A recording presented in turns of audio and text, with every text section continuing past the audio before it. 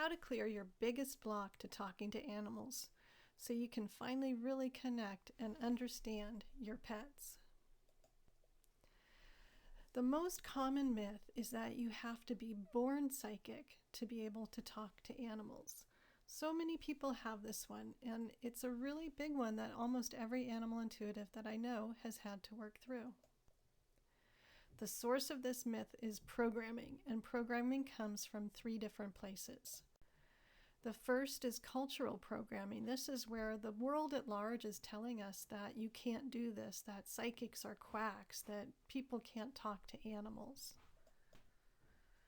The second source is family programming. Somebody in your family may have said, "Oh, stop making it up," or "You can't do that," or "That's not possible." And the third programming comes from fear. This is the voice of your fear saying, "No, no, don't go out there and risk it. You can't do it. Stay here safe where I can keep you safe and you won't have to risk anything, like making your dream come true." When I was a kid, I used to talk to angels in my bedroom, and one day my overworked, overtired mom came in and said, "Stop making things up. You can't do that. You're making it up. Stop it." And I did. And this was where the seed was planted for my belief that I just couldn't do that. I wasn't born that way. So as a child, my belief was anything intuitive was making things up and it wasn't real. And as an adult, my belief became I wanted to talk to animals, but I wasn't doing it, so I couldn't talk to animals because I hadn't been born a psychic. And if I did, I was making things up. The reality is that every human being is equipped with the hardware they need to talk to animals. We can all do it.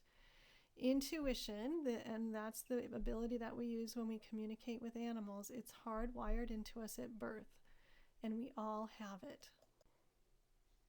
Everyone can talk to animals. So I overcame my block, my limiting belief, and here's how I did it. I have a 3-step process.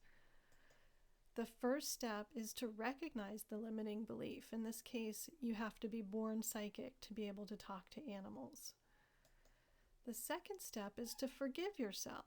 And so I said, I forgive myself for buying into the misunderstanding that somebody has to be born psychic to talk to animals.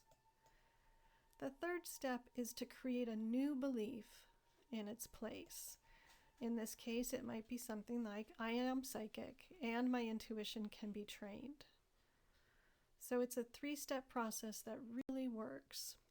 The other thing that I did was I practiced. I took a 1-year psychic training program. I used those tools and I went out and I had intuitive conversations with every animal I could find. I did a internship for a good 6 months before I went pro and started charging money because I really wanted to make sure that I could do it. So practicing is really important as well. I hope this helped you kind of be aware of how our consciousness can limit our ability to move forward and take action on our dreams. If you want more help, I have a free intuition development package on my website. I also have tips and tools there, and I even have an online class called Talk with the Animals. So go visit drcaragubbins.com and get moving on your dream.